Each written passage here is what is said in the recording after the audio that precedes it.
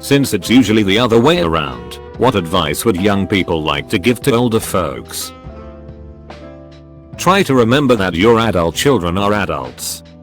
100% this. My husband went away for a weekend with some friends. Phil texted me to ask where my husband was and why he wasn't responding to his texts and calls. I told him he was out having fun with friends and was probably out of cell range. He got home super late Sunday night, and Monday afternoon Phil texted us both and said if he did hear from my husband by the end of the day, he was filing a missing persons report. Like, dude, he's a fully grown man. He doesn't live with you. You pay none of his bills. Calm down. Thank you. I can't tell you how frustrating it is to, as a happily married couple, 35M, 36F, get consistently offered advice, opinions, offers, suggestions and questions on our major life events coming up. We're freaking adults, we can do this all on our own, and we've thought about and covered 100% of every possible scenario you're worried about. We're fine. Just stop. Yeah, my parents have been raising someone for over 30 years now. Even though I as the youngest am already an adult, they can't stop themselves from trying to control me. The problem is that as soon as my siblings got semi-independent I appeared, so my parents could still look after someone. Now that I am independent from them, they acknowledge that I am an adult and can make my own choices, but still try to explain everything to me like I am 5 years old. I appreciate their concern, but holy yes, I've been living for over a year virtually on my own, in dorms that I pay for, and I get no money from them. Also in Europe, so free uni, but they still phone me and try to tell me what and how to make dinner, etc. Learn about the technology you use. It's only going to improve and get more advanced. I have two sets of grandparents, of similar ages. One has kept reasonably up to date with laptops, the internet, Alexa, smartphones, etc. The other has no concept of how to use anything made since the year 1990. Always try to keep fairly up to date with technology. It will make your life so much easier and more enjoyable, and make you much more relatable and accessible to younger relatives too. Seriously. I can't stand the outright dismissal of any technology because back in my day we had to. Like, who the frick cares? This stuff is designed to make your life easier. Yes, you are 80-year-old. Wouldn't you like to just use Siri to call your granddaughter instead of strain your eyes and your arthritis to go through your phone looking for her number? Innovation is how we progress as humans and as a society.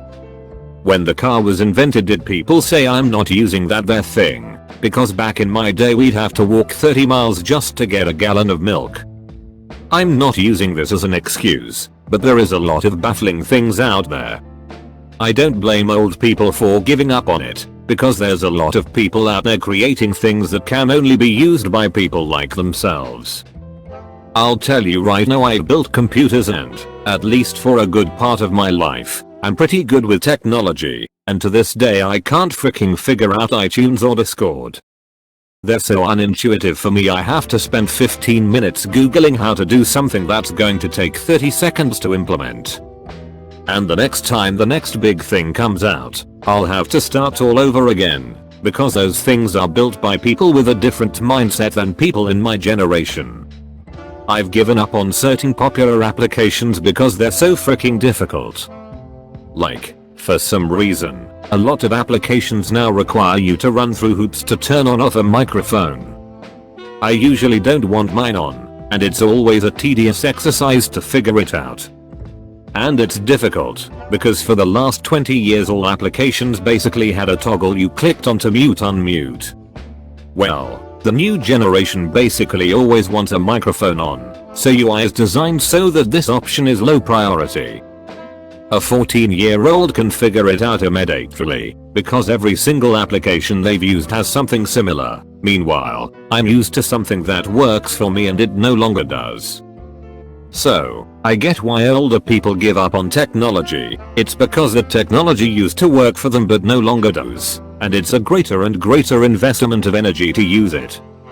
And if they have a solution already in place that works for them, why would they change? Do you think, oh, it's so much faster and you get so many more benefits, but to them it's I have to spend extra time and energy to get a bunch of benefits I probably don't need and I'm using it in a different way than most people do, so the time savings are erased. Fuck it. Apostrophe. Try turning it off and on again. Instructions unclear. Turned off life support machine. They are not like US, Moss. Don't believe everything you read on the internet. Apostrophe. I don't believe that this statement is true. What's funny about this one is I grew up and started college in the 90s when the internet was first becoming a thing. Adults looked at the internet as just another toy, a fun waste of time, and warned us not to believe what we read there and to be careful who we talk to and all that. It was hard to source stuff for papers as there was emphasis on credible sources and everyone knew what was on the internet was crap. Oh, how times have changed. Mum, stop believing all the crap you see on the internet. Mum, those aren't credible sources, and stop talking to those people cause they aren't who they say they are. Stop aiming every young person as naive and blind to the world. It's very frustrating to express an opinion and then be told, oh, but you're young, you won't think that way when you're older. Apostrophe. This challenge between youth and age is never going away. The reason we old farts think this is because we see our former selves in the way you are thinking. Only a-holes will try to point it out, though. It's not generally such a good idea to give advice to people when they are not asking for it. Sometimes, not even when they are. I hate that in my 40s that some of this is coming home to me. It'll catch up to you, yeah, it has. You'll understand when you're older, yeah, frick off, you were right and now I do. And of course the big one, you'll understand when you're a parent. It's tragically hilarious how true all this bulls turns out to be. I'm young. I got married at 20, right as I graduated college. I've had random old people who find out I'm married tell me I've made the biggest mistake of my life by getting married young. It's incredibly rude. They don't know me, they don't know my husband, and they definitely don't know anything about our relationship. I understand the commitment we made. I understand we're meant to grow together. I get it. So stop telling me I've made a horrible mistake just because you're 85 and haven't slept with your spouse in 10 years. I freaking hate this. The whole I'm older and have more experience so everything you say is naive and you're just young and stupid and you think the way you do because you're young. Receiving these reactions actually have lowered my confidence and self-esteem for a very long time, and I was unable to accept my own judgment, and berated myself for being young and stupid, didn't want to share my opinions because people are just going to think I'm going and stupid. These reactions have stopped me from being myself in the past because I would start reacting to myself like, oh, I'm just young and inexperienced so I shouldn't bother saying anything. Yo. Fuck that. Absolutely frick that noise. I've finally learned something. Hells yes, I'm young and stupid and naive. Let me be young and stupid and not give a flying frick. That's how older people judge me.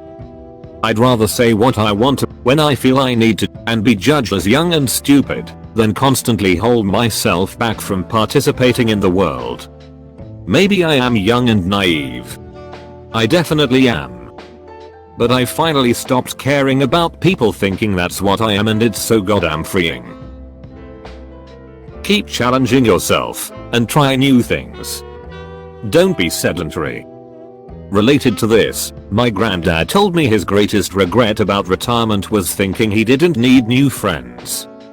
It's like a second wave with retirement of what happens when you leave school and when you start having kids.